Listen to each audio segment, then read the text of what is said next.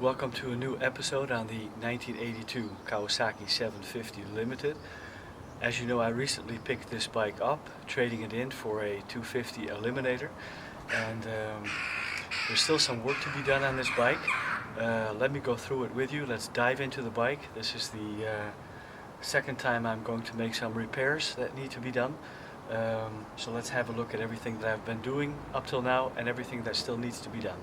When I first tried to start up the bike, actually, as you can see here, the electrics work, the headlight works, and I also of course checked the tail light, and the brake light also works.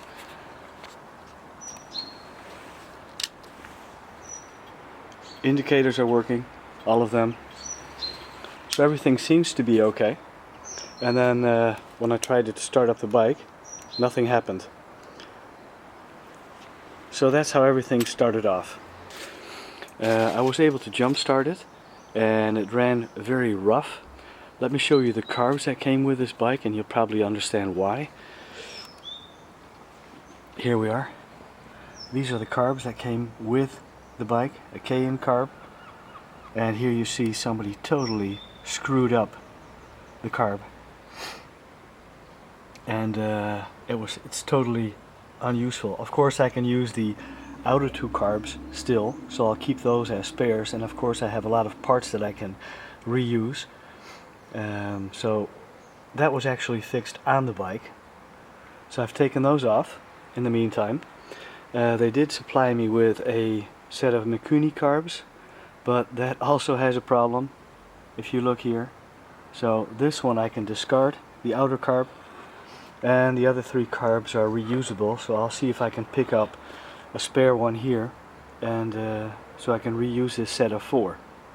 So what I did was, in the meantime, and I haven't made a video on that, I actually totally rebuilt a set of carbs. These are KN carbs, and they've been totally taken apart. So I've taken apart all the separate carbs, and the choke lever has been done new. Everything has been cleaned, everything has been taken apart, and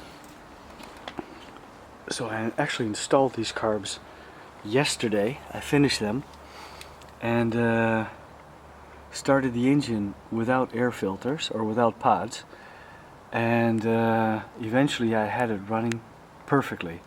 So from an engine perspective, it's looking very promising. Besides that, we have these footrests up front, which actually I don't like, so I'm going to be taking those off. And as you can see, maybe can see in the bottom one here, the bolt has been bent, so that has to be done. As you can see here, this one is loose and it's been bent, so I'm going to be taking those off.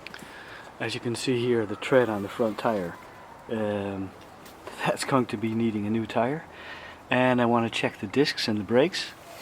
And if we look at the rear tire also is low on tread, and the main thing on the rear is that on the disc brake here, you can feel an enormous gouge on this side of the brake. It's on this side of the disc. So what I'm actually going to do, I have a spare rear wheel lying over there, so I'm going to be replacing the whole wheel instead of only the disc, and of course I'll keep these rear wheels, and eventually when budget is there again, I can always buy a new disc. Besides that, I do have an issue with these bars. They're extremely wide, they're 1 meter wide, and I'm not that big, so it's a wide grip for me, so I have to see how this works out when riding the bike. And I want to replace the throttle cable. There's a not original throttle cable on this bike, and it only has one adjustment nut on the carb side, so it's a little bit loose on the carb side. So I want to replace the throttle cable. And besides that, of course, the starter switch has to be checked. And besides that, it should be good to go.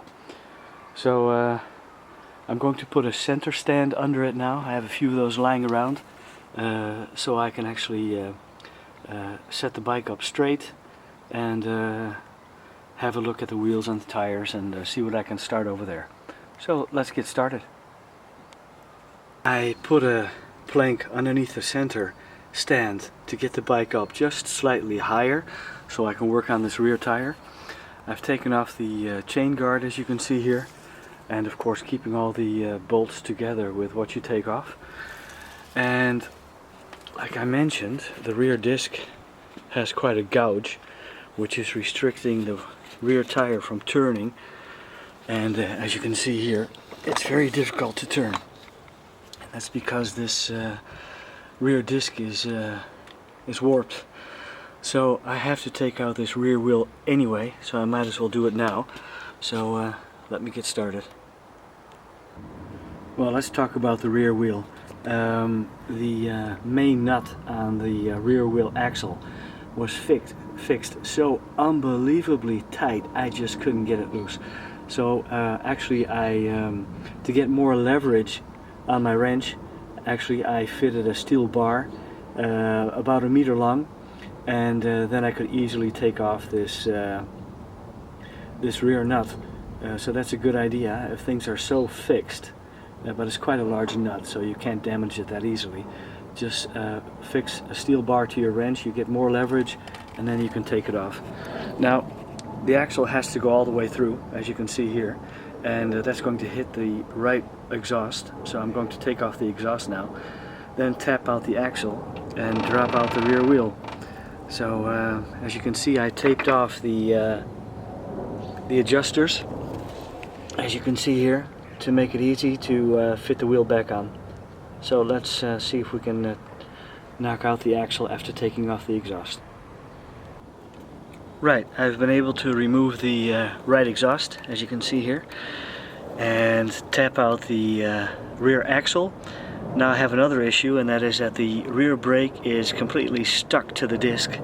So I have to remove the rear brake first before I can really move up the rear wheel and take off the chain. So here we go. The other rear wheel has been put back into the bike, and here you can see the rear tire. It's a different type of tread, and so I'm going to also experience how this rides. And chain guard back on, and the adjusters have been put back into place exactly where they were, and it seems to be fine. I'll check it eventually, and I had to tap off the rear brake because it was fixed to the disc, and as I mentioned, the disc was warped. This one is straight, so when I turn the wheel now, it turns perfectly smooth. So now I'm going to check the rear brake, put it back on, and then we have the rear of the bike finished with another wheel, another tire, and hopefully a refurbished rear brake. Well, that's the nice thing about having a lot of spare parts for this type of bike. The new rear wheel is installed, much better disc. I had new brake pads, 2 sets lying around of other bikes that were perfect, and I installed another rear brake caliper. The one I took off has to be refurbished. That's this old one here. It's completely stuck, so I have to take that all apart when I have more time. So this is eventually going to be a spare part once it's been refurbished. Filled up the brake lines again, bled the brake line, filled it up again, cleaned the rear end. So the rear end is ready to go again. Next time around I'll finish it in one go, and then off we ride. Thanks for watching.